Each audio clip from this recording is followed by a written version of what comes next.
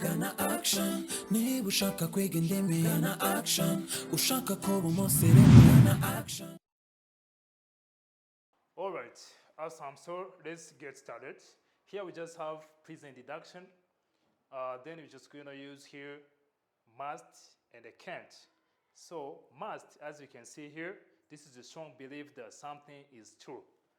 Example, she must have, she studied all night, she must be tired. Of course, quickly, someone who studied all night, so what you think quickly is that this person here is tired. So I'm sure 99% that this thing is true. Second there, the lights are off, they must be asleep. Of course, you just come to someone's house and you see that the lights are off. So what you think quickly is that here they are asleep, or they must be asleep. He has a doctor's uniform. He must be working at hospital. So someone is in a doctor's uniform. So what you think quickly, you just think that this person here is working at a hospital, of course, as a doctor. They are smiling. They must be hungry. I'm sorry, they must be happy. So someone who's smiling, so quickly you think that this person here is happy.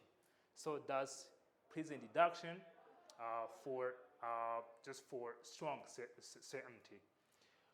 So let's go to can't for impossibility. So it means here, this is a strong belief that something is not true. So here we talk about impossibility. He's only 10 years old. He can't be a teacher. So it's impossible that someone with 10 years old just can be a teacher. So logically, you think that this is really impossible. Two, she just ate. She can't be hungry. Of course, someone has eaten. So you really think that this person here is not hungry anymore. The answer is wrong. It can't be true. Of course, you see that the answer is wrong. So quickly, you just believe that the answer here cannot be true. So this is really impossible. The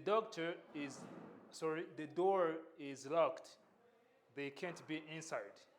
So the door is inside. The door is locked. So this is the situation that you see. And if the door is locked, so quickly you believe or you think that no one must be inside. All right, so let's now dive in and discuss here or talk about must have and can't have for past deduction. So now we're just going to have this kind of logical guessing for things that happened or things that were impossible in the past.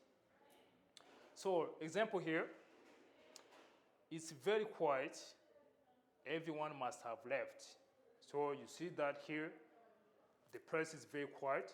So what you think that there's no person there or there's no one inside there. So everyone must have left. That's what you think logically and quickly. The ground is wet. It must have rained last night.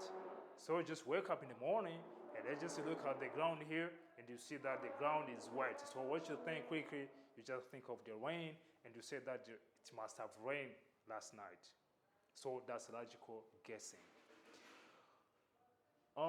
He got very high marks.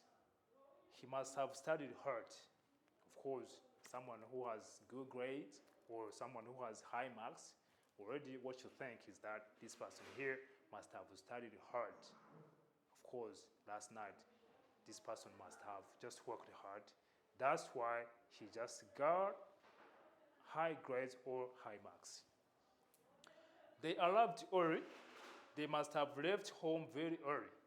Of course, someone who just arrived early, that's the situation. And of course, what you think, the reason why this person is early at work or any place, so already just think of when he just or she woke up. So already just you think that this person here woke up very early. And then let's go to can't have plus past participle for just like also past deduction, and then here we just talk about impossibility in the past. So you are certain that something didn't happen. You are certain that something didn't happen in the past. Let's go. For example, here the food is untouched. They can't have eaten yet. Of course, just look at the food and you see that the food is untouched. So what you think is like they haven't eaten yet. So logically you say that they can't have eaten yet because the food is still fresh and the food is not touched yet.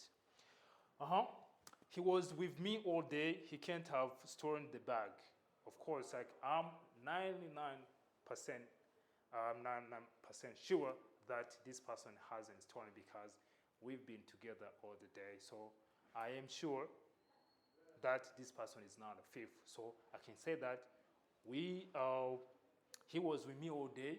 He can't have stolen the bag because I'm sure we were together. The shop was closed. They can't have bought anything. So the shop was closed. How can they possibly just buy something? So this is really impossible because the shop was closed, so they can't have bought anything. She passed the exam easily. She can't have failed before. So the way she passed the exam, I'm really sure that it is impossible that he used to maybe to fail before. So that's my logical guessing. So if he passed the exam so easily, logically I just think that this person is so smart or is very clever. So she can't have failed before. So that's logical guessing. All right, so I'll try to thank you very much for being with me from the beginning, from scratch up to the end. And I just want to welcome you for further information, for further lessons. So I just welcome you to Action College. We're going to help you just to learn more and more, and it just make you be a good English speaker and also trying to speak like any native English speaker. So thank you very much. Join us for further lessons, and we hope that you're going to be a good English speaker. Thank you very much for being with me. Gana action, niba ushaka kwiga indimi. Gana action, ushaka kuba umusirimu. Gana action.